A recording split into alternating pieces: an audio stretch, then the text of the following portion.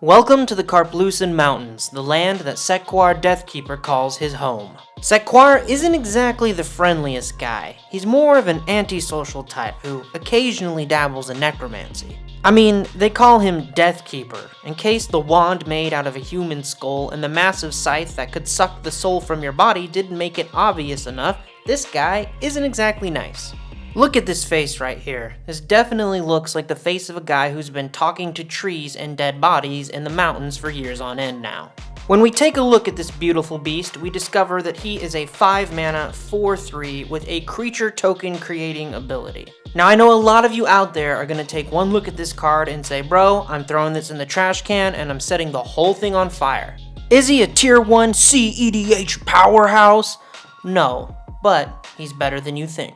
Let's take a look at why Sek Kuar and his Graveborn army are doing what they're doing, why he spent all this time living alone in the mountains. Based on his flavor text, there's one thing that really stands out to me: intent on revenge. You know who else was intent on revenge? Liam motherflippin' Neeson, star of hit movies like Star Wars Episode 1, Jar Jar Binks Edition, and Taken.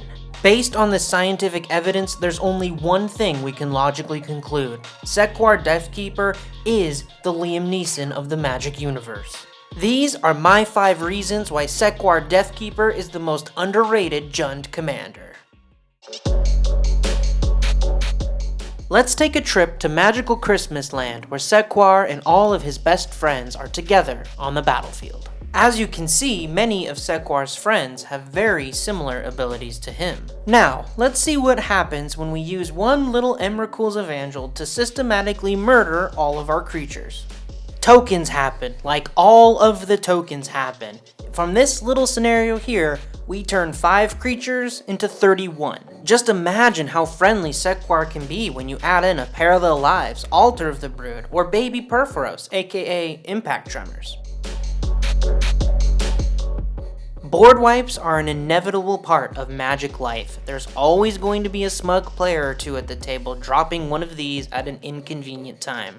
Sek Kuar and his Funky Bunch turn your opponent's board wipes into chump change. Go ahead, wrath my board, dude. All you're gonna do is make me stronger. It also helps when a bulk of Sek Kuar friends are more than happy to die for the cause, because we can cast them again from our graveyard. This creates a really obnoxious situation for your opponents. Wipe my board so I can gain even more creatures than I had before, and then replay the creatures you already killed.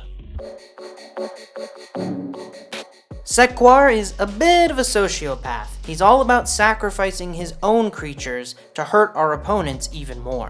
What good is one measly creature when instead we can turn it into something more powerful or weaponize it and use it to set our opponents back? Regardless of whether it's dealing damage, forcing our opponents to discard cards, drawing cards of our own, or using fancy tricks to make our army even larger or drain our opponent's life, the Deathkeeper's particular set of skills ensure that you'll get the absolute most out of every single creature.